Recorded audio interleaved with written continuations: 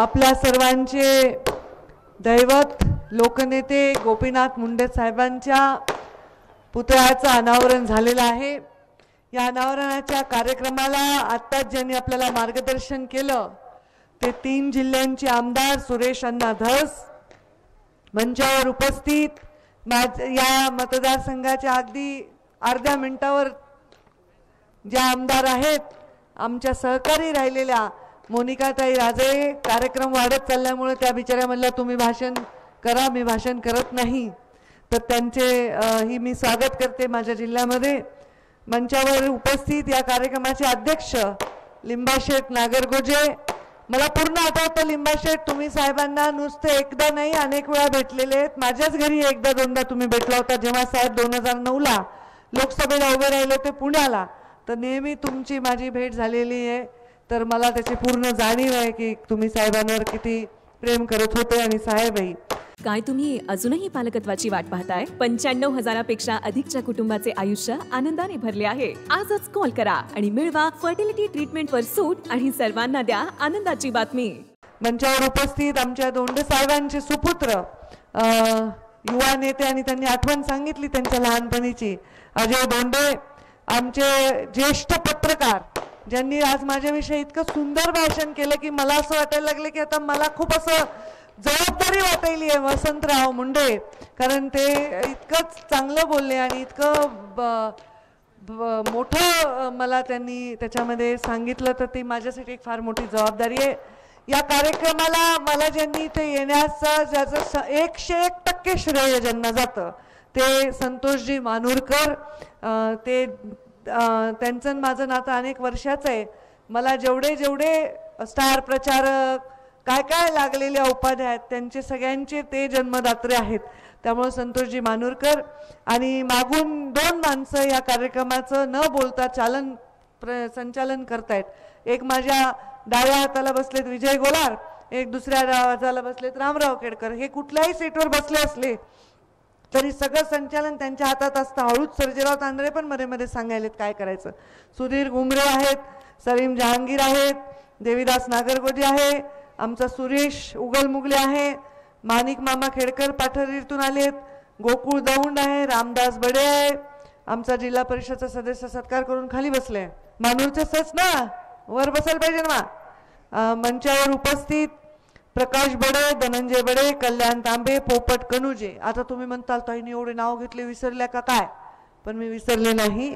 या कार्यक्रमाचा ज्यांनी हे मोठं संकल्प पूर्ण केला, ज्यांचा आज वाढदिवसही आहे आणि त्या दिवशी गोपीनाथ मुंडे साहेबांचा पुतळ्याचं अनावरण ज्यांनी केलं ते आपल्या महानूरचे सरपंच अशोक पाखरे।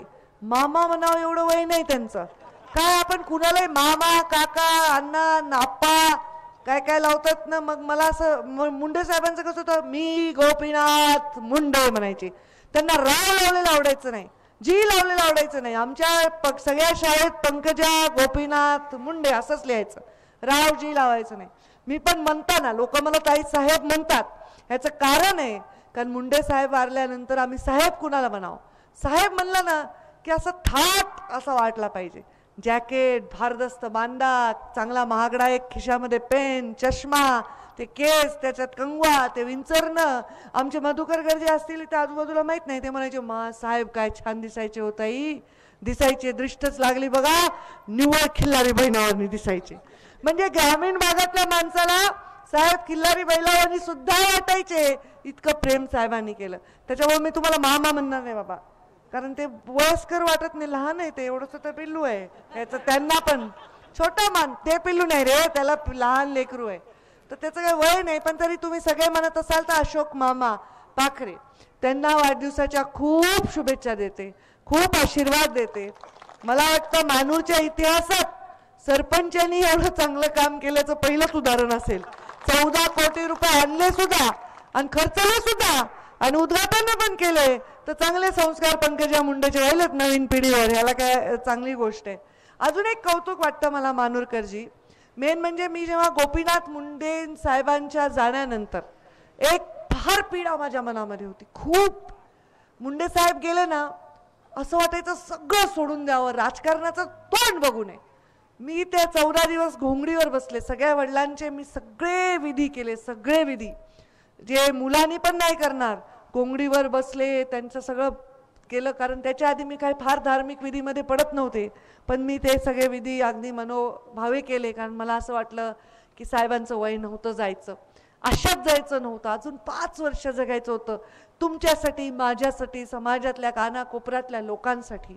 आणि शपथ घेऊन गेले. बघा ना, गंमतच केली ना त्यांनी, आपली खेळच केला, जोकच केला आपल्यावर आयुष्यात.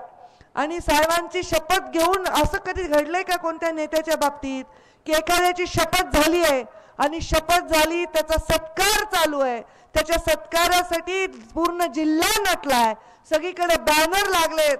मुंडे साहेबांच्या सत्कारासाठी लोकांनी गुड्या उभारायच्या ठरवल्या, रांगोळ्या काढल्या, फटाक्यांची आतिषबाजीची तयारी केली. आणि सर्वजण आता 4 जून रोजी मुंडे साहेबांच्या सत्काराला जाणार होते. आणि 3 जून रोजी असा भयानक प्रकार, म्हणजे 4 जूनला परळीला, पण 3 जूनला लँड होणार होते ते बीड जिल्ह्यामध्ये. 2 जूनला रात्री मला बोलले, मला हेलिकॉप्टर पाहिजे, 5 सीटचं हेलिकॉप्टर पाहिजे. चांगलं तयारी करून सकाळी 6 वाजता आम्हाला बाबांना भेटायचं होतं विमानतळावर. आणि तिथून आम्ही हेलिकॉप्टरनी इथे येणार होतो बीड जिल्ह्यामध्ये. मला वाटतं विजू भाऊ तुमच्याशी मी बोलले होते रात्री की कुठं लँड व्हायचं, तिथून गहिनीनाथ गडावर दर्शनाला जायचं, गहिनीनाथ गडावरून पूर्ण गाडीनी रॅलीनी परळीपर्यंत जायचं. सगळं ठरलं होतं आमचं, सगळं ठरलं होतं. अहो कपडे सुद्धा रात्रीच इस्त्री करून ठेवले होते हो. माझ्या आईने एवढी चांगली पैठणी काढली होती, मी साडी चांगली पडी जरीकाठी काढली होती. सकाळी हा फोन आला आणि आपल्या सगळ्यांचं आयुष्य उद्ध्वस्त झालं. 3 जून रोजी मुंडे साहेब गेल्यानंतर त्यांच्या 14वा करेपर्यंत माझं डोकं कशातच नव्हतं. मी बसले होते तिथे, काही 4 भाषणे केले असतील. लोक सांगतात ताई दगडफेक होती, तुम्ही माईक घेऊन उभे राहिलात म्हणून लोक वाचले, तुम्ही दगड, मग हे म्हणतात लोक, पण मला काही आठवत नाही मला काय भारावून गेले होते. लोक यायचे सगळ्या राज्यातून. मला नाही आठवत की सकाळी 7 कधी वाजले, रात्रीचे 3 कधी वाजले. म्हातारे यायचे, माझ्या पाया पडायचे, म्हातारे म्हातारे माणसं. आणि त्या काळामध्ये कुणीतरी सांगितलं की ताई, आम्ही साहेब कुणाला म्हणावं, आजपासून आम्ही ताई साहेब म्हणणार. मला वाटतं आरती देशमुखांनीच ते स्टेटमेंट केलं आणि तेव्हापासून मला लोक ताई साहेब म्हणतात. नाही तर मलाही आवडतं पंकजा गोपीनाथ मुंडे, हेच आवडतं मला. कारण योगायोगाने मतदार यादीत माझं नाव पंकजा गोपीनाथ मुंडे राहिलं होतं. मी 18 वर्षाची झाले तेव्हा ते नाव राहिलं आणि नंतर मी ते बदललंच नाही, मी कधी बघितलंच नाही. मी गेले नंतर अचानक साहेब म्हणले जेव्हा की तुला निवडणूक लढवायची, तेव्हा मतदार यादी काढली. साहेबांनी आज सांगितलं उद्या फॉर्म भरायचा आहे आणि मतदार यादी काढली, चाळली तर पंकजा गोपीनाथ मुंडे. बघा ईश्वराची किमया कशी आहे. हे गोपीनाथ मुंडे नाव जिवंत ठेवण्यासाठी त्या मतदार यादीत माझं नाव तसंच राहिलेलं होतं. आणि मी शपथ खाल्ली मुंडे साहेबांच्या चितेला अग्नी देताना की गोपीनाथ मुंडे हे नाव मी जगाला कधीच विसरू देणार नाही. आणि मी विसरूही देणार नाही आणि विसरूही दिलं नाही. जोपर्यंत मी जिवंत आहे ते विसरू देणार नाही. आणि मग काय करावं, मी मुंडे साहेबांच्या 10व्याला जेव्हा त्यांना जिथे अंतिम संस्कार केले तिथे गेले, तर मी बघितलं, मला आश्चर्य वाटलं. लोकांनी तिथं हळद कुंकू पुरणपोळी काय काय ठेवलं. मी विचार केला की आज काय आहे, तर त्या दिवशी वटसावित्री पौर्णिमा होती. मुंडे साहेब गेल्यानंतर 10व्या दिवशी वटसावित्री पौर्णिमा होती. काय वाटलं असेल आमच्या जीवाला. आम्ही चोरासारखे घरात फिरत होतो, आईकडे बघायची हिंमत होत नव्हती. कारण माझ्या आईने खूप खूप व्रतवैकल्य, प्रदोष कर, शिवरात्र कर, फक्त साहेबांसाठी. कारण साहेबांचे दरवर्षी ॲक्सिडेंट व्हायचे, दरवर्षी. आणि तिचा जीव नेहमी तेच की हे माझा माणूस सारखा उशिरा निघतात, जोरात गाडी चालवतात, 5-6 लोक कोंबून नेतात. त्यामुळे तिचं ते सारखे उपास करायची. त्या दिवशी वटसावित्री पौर्णिमा होती. मी बघायले पुरणपोळी ठेवली आहे साहेबांचे जिथे चितेचा अग्नी दिला तिथे, आणि एक पत्रिका ठेवलेली होती साहेब. मला ती पत्रिका बघून इतकं घाईवरून आलं. मला त्या माणसानी साहेबांच्या चिता जिथे दिली तिथे पत्रिका ठेवली आहे. हे लोक मरून जातील जर साहेबांसाठी जागा नाही झाली कुठली. आणि म्हणून मी निश्चय केला की मी गोपीनाथ गड उभारणार. हो, तो गोपीनाथ गड आहे, मला अभिमान आहे तो गोपीनाथ गड आहे. तो गड कुठला धार्मिक गड नाही, तो कुठल्या महंतांचा गड नाही, कुठल्या संतांचा गड तर नाहीच नाही. एका सामान्य कुटुंबात, सामान्य घरात जन्म घेतलेल्या एका सामान्य लढणाऱ्या माणसाचा तो गड आहे. आमच्या हरिभक्त पारायण आईसाहेब, सॉरी नाव तुमचं राहिलं वाटतं, कारण ते लाईटच्या शॅडोमध्ये वाचता आलं. आमच्या आईसाहेब जसे एकच आहे महिला गडावर बसलेली, तसाही गड नाही आहे तो. तो गड आहे ऊर्जेचा. तो गड आहे प्रेरणेचा, तो गड आहे आशेचा. गोपीनाथ गड हे निर्माण पंकजा मुंडेंनी नाही केलंय, हा तुम्ही केलाय, तुम्ही. कारण त्या विचारांचं बीज माझ्या मेंदूमध्ये, माझ्या हृदयामध्ये त्या पुरणपोळी आणि त्या पत्रिकेने रोवलेला आहे आणि म्हणून मी तो गड निर्माण केला. पंकजा मुंडे तेव्हा राजकारणात राहणार होती का जिवंत मला माहित नव्हतं. मला माहित नव्हतं की मी विधानसभा लढणार आहे का लोकसभा लढणार आहे. तेव्हा मला माहित नव्हतं की मी कधी नामदार देखील होणार आहे, या जिल्ह्याची पालकमंत्री होणार आहे, काहीच मला माहित नव्हतं. पण मी सांगितलं की मी या राज्यामध्ये मुंडे साहेबांच्या स्वप्नातलं सरकार आणण्यासाठी सर्वात मोठं योगदान देईन आणि मी संघर्ष यात्रा काढली. ती करत करत गोपीनाथ गड उभा केला. मुंडे साहेब 3 जूनला गेले. 12 डिसेंबरला मुंडे साहेबांच्या वाढदिवसाच्या दिवशी मी त्या गडाचं भूमिपूजन केलं आणि पुढच्या 3 जूनला अमित शहांच्या हस्ते गडाचं लोकार्पण केलं. म्हणजे जानेवारी, फेब्रुवारी, मार्च, एप्रिल, मे, जून 8 महिने पण नाही, 6च महिन्यात तो गड उभा केला. त्यामध्ये मे मध्ये पाण्याचा थेंब नव्हता, खूप दुष्काळ होता 2014 मध्ये. त्याच्यामध्ये तो उभा केला आणि मग लोकांनी ठरवलं की हा एकच गड असला पाहिजे राज्यामध्ये. त्याच्यात 12 डिसेंबर 3 जूनला हजारो लोक मुंडे साहेबांच्या ओढीने तिथे येतात.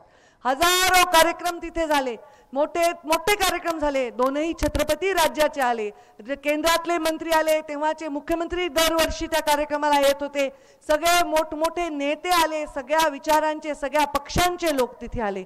मला वाटतं नंतर सुद्धा माझ्या त्या गडावर दर्शनासाठी जोही नेता येत होता, म्हणजे स्वतः उद्धवजी ठाकरे आले, स्वतः अजित पवार तिथे आले, सुप्रियाताई सुळे तिथे आल्या, कोणत्याही पक्षाचा नेता असं नाही, राज ठाकरे देखील तिथे आले.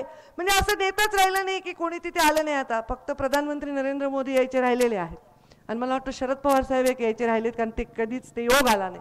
नाही तर योग सगळे तिथे येऊन गेले आणि ते राजकीय असं एक शक्तीचं ऊर्जास्थान आहे वंचितांसाठी, पीडितांसाठी. साहेबांनी गडात जन्म घेतला तर त्यांना माहित होतं का चप्पल नव्हती हो पायात, 14 किलोमीटर जायचे शाळेला, चप्पल नव्हती पायात. त्यांना माहित होतं ते राज्याचं नेतृत्व करतील, तुमच्या सगळ्यांच्या हृदयामध्ये एवढं मोठं स्थान निर्माण करतील. तसंच मी तो गोपीनाथ गड केला आणि मग गोपीनाथ गड नंतर बघितलं 5-10 वर्ष गड हा शब्द, त्याच्या भोवतालचं राजकारण, आणि मग विचार केला की हा गोपीनाथ गड कशासाठी मी केलाय. काय मला तो माझ्या मुठीत ठेवायचा आहे, या राज्याचं राजकारण माझ्या मुठीत ठेवायचं आहे. जर मी नुसता गड निर्माण केला असता तर मी तुमच्या हृदयामध्ये कधीच जागा निर्माण करू शकले नसते. मी तो गड निर्माण करून तो तुमच्या समर्पित केलेला आहे. त्या गडावर मी काय आधिपत्य गाजवत नाहीये, त्या गडाची मी मालक नाहीये, त्या गडाच्या आधारावर मी राजकारण खेळवत नाहीये.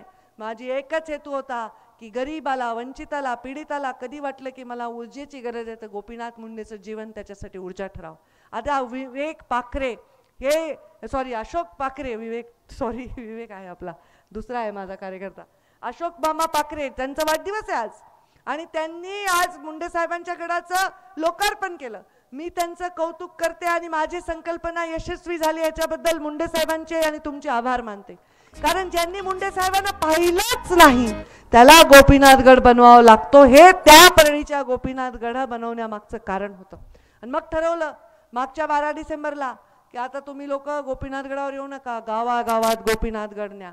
या हाताने मुंडे साहेबांच्या 50 तरी मंदिर बांधले, तो नुसते पुतळे नाही, त्याचे मी उद्घाटन केलेत. मुंडे साहेबांच्या 100-200 पुतळ्यांचे उद्घाटन केलेत, अनेक स्मारकांचे उद्घाटन केलेत.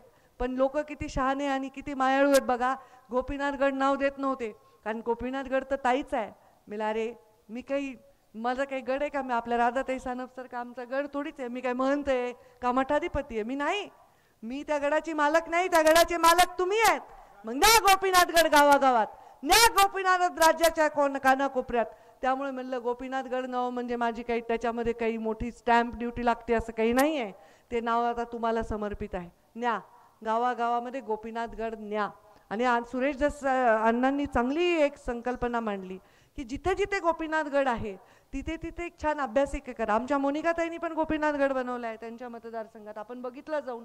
त्याचं एकाचं आपण लोकार्पण पण केलं, एका पुतळ्याचं, आणि एक अजून छान असंच काहीतरी बाग वगैरे छान बनवली.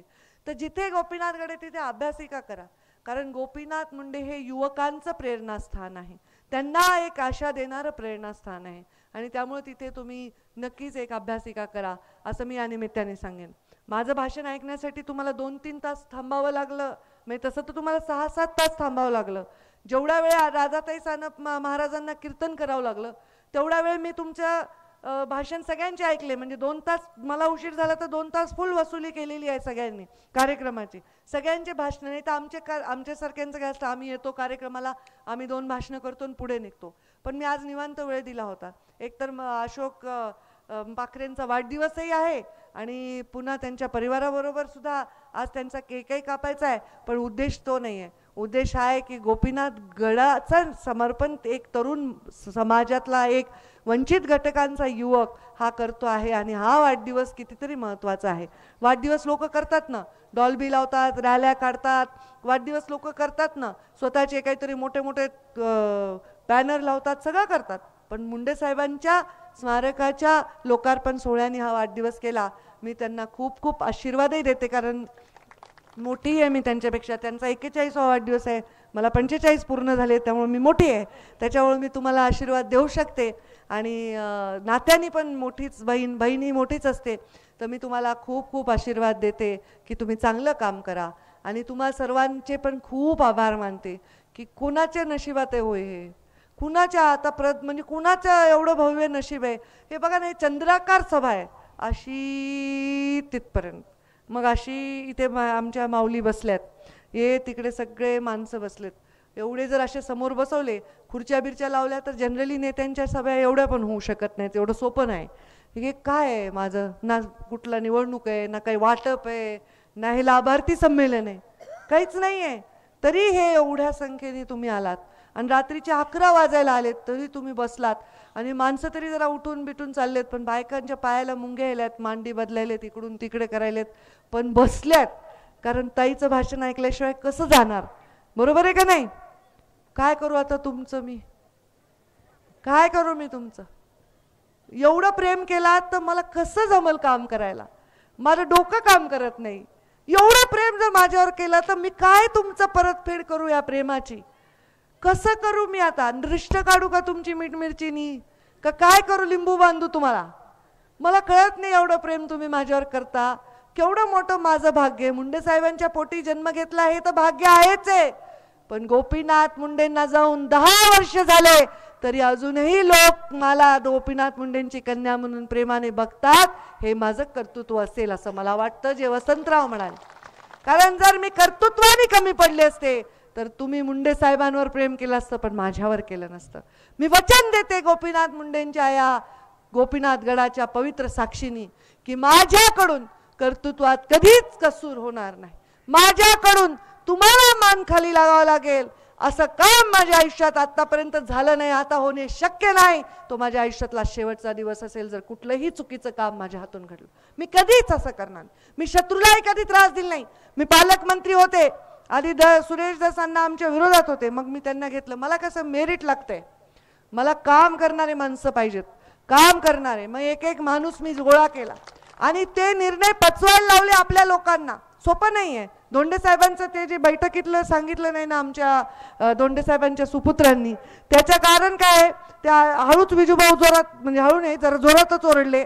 तर ते धोंडे साहेबांच्या प्रवेशाचा विषय होता आणि ते धोंडे साहेबांचं जे चर्चा झाली ते बाबा गेल्यानंतर ते वचन बाबांनी मला सांगितलेलं होतं आणि ते आपण पूर्ण केलं. तेव्हा 2014ला धोंडे साहेब आमदार झाले.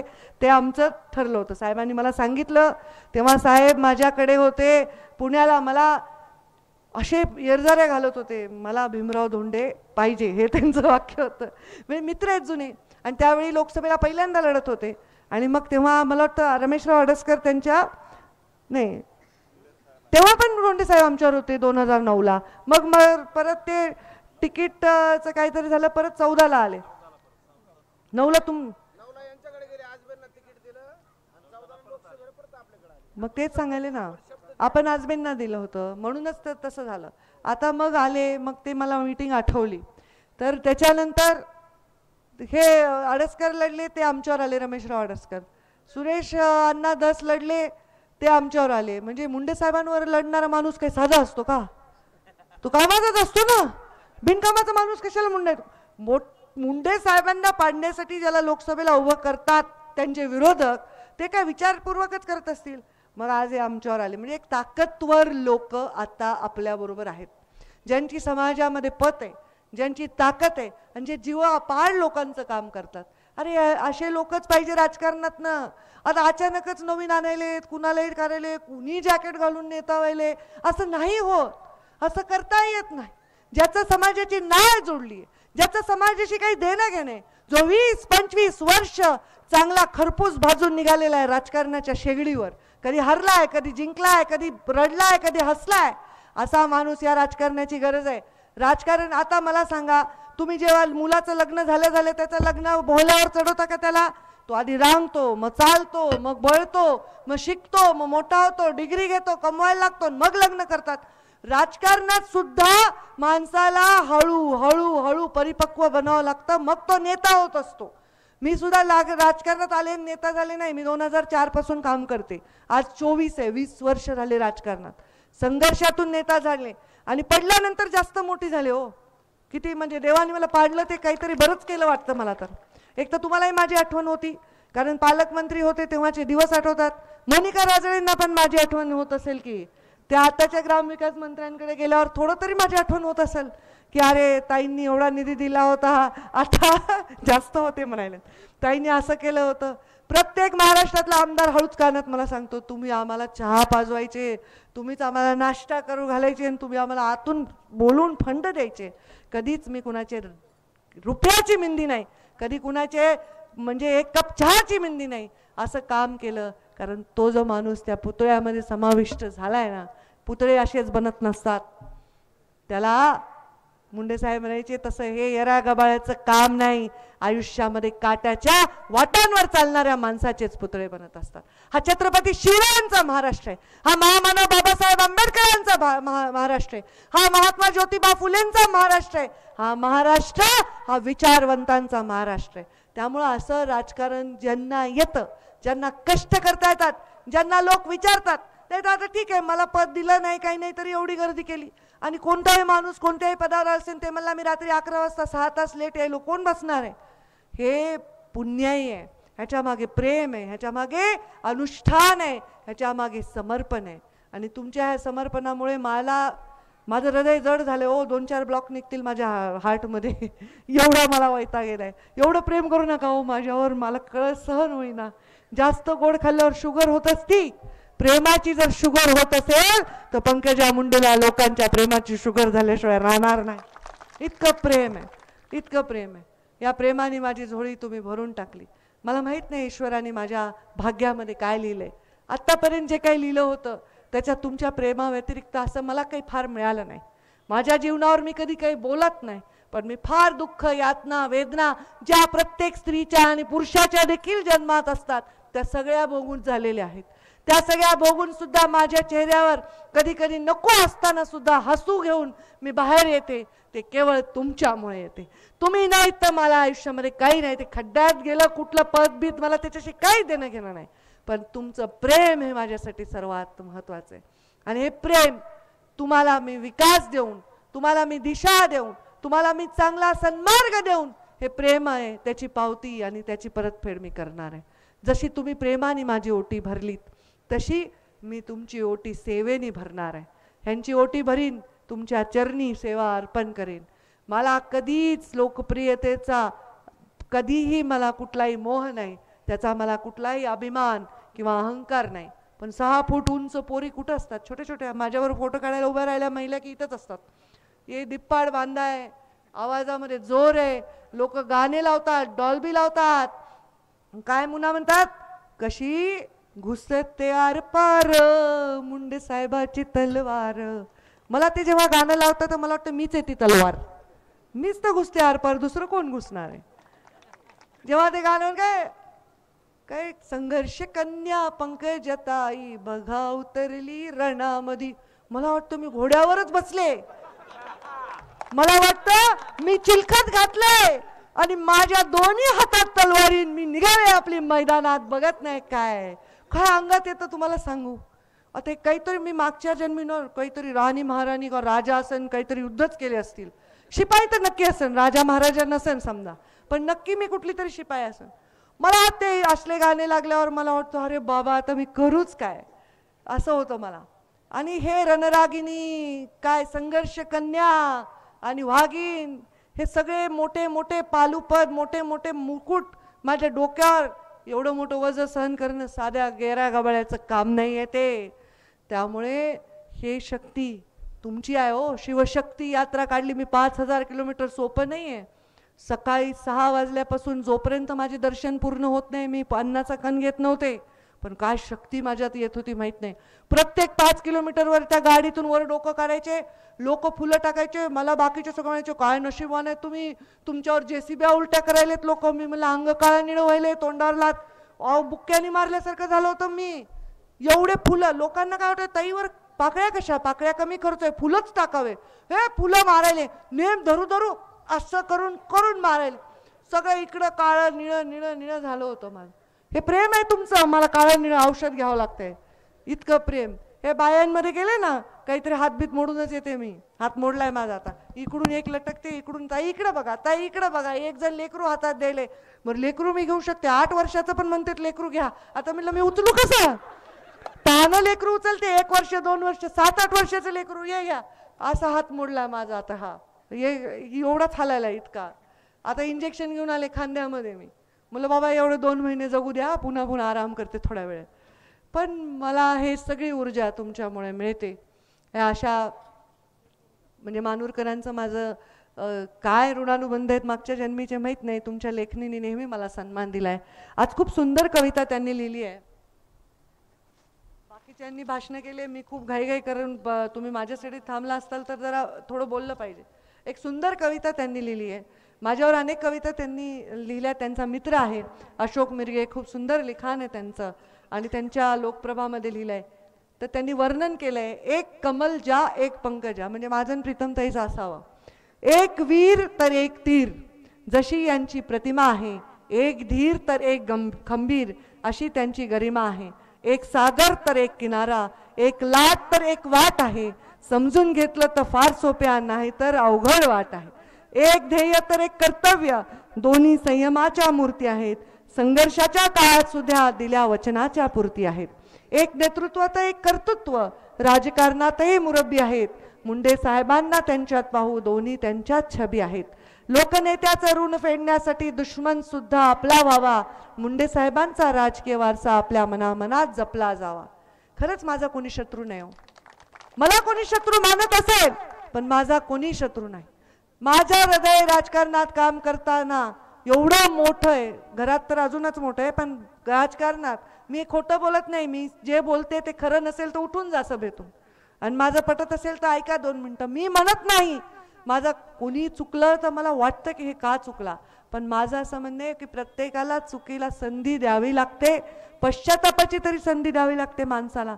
आणि मग त्या माणसाच्या चांगल्या गुणांचा, मला मुंडे साहेबांनी एक वाक्य नेहमी म्हणलेलं आठवतंय, या राजकारणात आणि या कामात एकही असा माणूस नाही ज्याचा काहीच उपयोग नाही. सगळ्यात निरुपयोगी माणसाचा सुद्धा काहीतरी उपयोग असतो. त्यामुळे माझा कोणी शत्रू नाही. शत्रू मला कोणी मानत असेल त्याचं कारण त्यांचं असेल, माझ्या मनात कुणाचं शत्रुत्व नाही. कुणाला काही मोठं पद मिळालं, कोणी काही झालं तर मला काही वाईट वाटत नाही. फक्त आता मला कळत नाही की ते सगळं माझ्याच चर्चेत मी येते. कोणतेही आमदारकी आली पंकजाताईंचं नाव आहे, खासदारकी आली पंकजाताईचं नाव आहे, काही झालं पंकजाताईचं नाव आहे. आता काय करू त्याला, तुमच्यामुळे हे नाव आहे, तुम्ही त्याला एवढं मोठं केलंय आणि आता बघा रोज टीव्हीवर दिसतंय ताईचं नाव, आणि मग नाही आलं की बाया बोटं मोडतात म्हणतात की नाही. टीव्ही काही बघत नाहीत तुम्ही, पण स्वयंपाक करता करता, चहा बनवता बनवता आवाज आला की पंकजाताईची बातमी आल्यावर आहे ते जळत असेल, हात वर करायला ना आजी, बरोबर आहे की नाही. भाकरी जळली, चहा उतू गेला तरी येतात. आणि हे वाक्य मी मुंडे साहेबांसाठी म्हणले होते 2004 मध्ये. बघा माझ्यावर पण लागू पडायलंय. हे किती मोठी माझी किमया आहे. माझ्या जीवनामध्ये मला तुमचं प्रेम मिळालं, मी धन्य झाले. एवढं प्रेम मिळालंय की आता ह्याचं रेकॉर्ड ब्रेक झालंय. आता पालकमंत्री म्हणून मी जेवढं काम केलंय त्याच्याबद्दल मीच समाधानी, तुम्ही तर नंतर. मी खूप समाधानी, मला खूप करायचं होतं. मी आज सगळ्या गावागावात रस्त्याने फिरायले वसंतराव, अहो एकाही ठिकाणी पाणी नाही आणलं माझ्या पोटचं. ग्रामीण रस्ता आला, मुख्यमंत्री ग्राम सडक योजना झाली की पंतप्रधान ग्राम सडक योजना, ती झाली की लगेच नॅशनल हायवे झाले की CRF, दोन्ही बाजूला रस्त्याच्या अरे काय भाव वाढलेत जमिनीचे, कशाला पैसे पाहिजेत रे इलेक्शनमध्ये. नॅशनल हायवेवरच्या जमिनीचे भाव 4 पटीने वाढलेत. रेल्वे ॲक्विजिशन आमच्या ते गोरक्षदादा रसायचं बघा तिकडे मानधर सुम्याकडे, कन्हैया 10 धाबे झालेत, हॉटेल झालेत. ही पण एक लक्ष्मी आहे आपल्या जिल्ह्यामध्ये. आता हे ऊसतोड कामगार आहेत. तुम्ही म्हणले सुरेश दासांना माल भरपूर गेलाय. अरे नुसतं एका मीटिंगमध्ये 34% भाववाढ म्हणजे प्रत्येकाच्या घरामध्ये लाखो रुपयाचं म्हणजे मुकादमाच्या आणि मग ऊसतोड कामगारांच्या वाढ. माझा निर्णय असा करते, कधी एखादा बोलणं होत नाही, अरे माझा गुडघा फुटला होता, माझा पायाला फ्रॅक्चर झालं, ताईचा फोन नाही आला, असं व्हायचं सुरुवातीला. अरे माझ्याही पायाला फ्रॅक्चर झालं, माझे ऑपरेशन झालं, मी म्हणले का मला कोणी फोन नाही केला. अशी एखादी गोष्ट राहत असेल माझ्या व्यापात. पण जेव्हा समाजाच्यासाठी निर्णय घ्यायचे असतात, जेव्हा एका निर्णयाने लाखो लोकांचं भलं करायचं असतं, तेव्हा तुमची ताई मागे पुढे अजिबात पाहत नाही, कोणालाही शरण जात नाही, कधी झुकत नाही, थकत नाही आणि रुकत नाही. मग मुंडे साहेब म्हणायचे तो शब्द मीही तुम्हाला दिलाय, मग तुम्ही माझ्यावर राहणार आहेत का नाही. आता एवढे दिवस वनवास भोगलाय. बापरे, वनवास हा शब्द म्हणला तर 5 वर्षाचा असावा. कलियुगात वनवास बाबा, त्या जुन्या काळात होतं 14 वर्ष, आम्हाला 5 वर्षात खूप झाला. का अजून पाहिजे तुम्हाला? पाहिजे का? मग आहेत ना माझ्या बरोबर. आता कुठेही जाईन तिथं आहेत.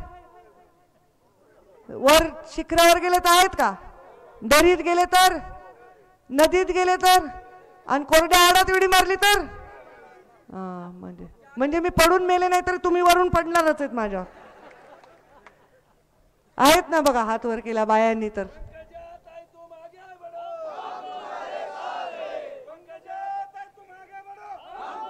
हात वर करा, माझा एक मोडलाय, तुम्ही दोन्ही हात वर करा, हाताच्या मुठी वळा आणि मग वचन घ्या आज की आपली स्वाभिमानाची लढाई कधीच आपली लढाई आपण सोडायची नाही.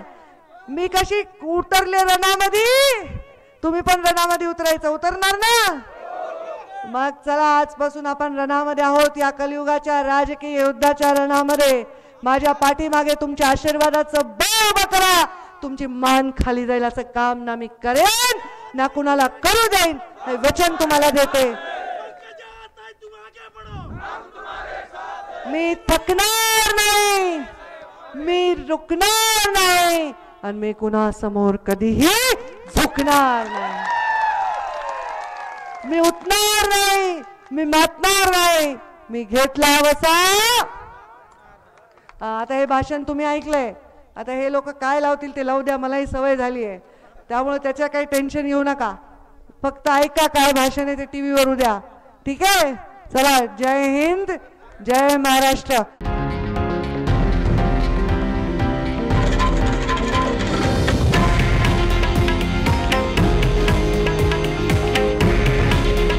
हे आहे देशातील नंबर 1 न्यूज नेटवर्क आणि आपण पाहत आहात TV9 मराठी. काळजी तुमची, हित महाराष्ट्राचं.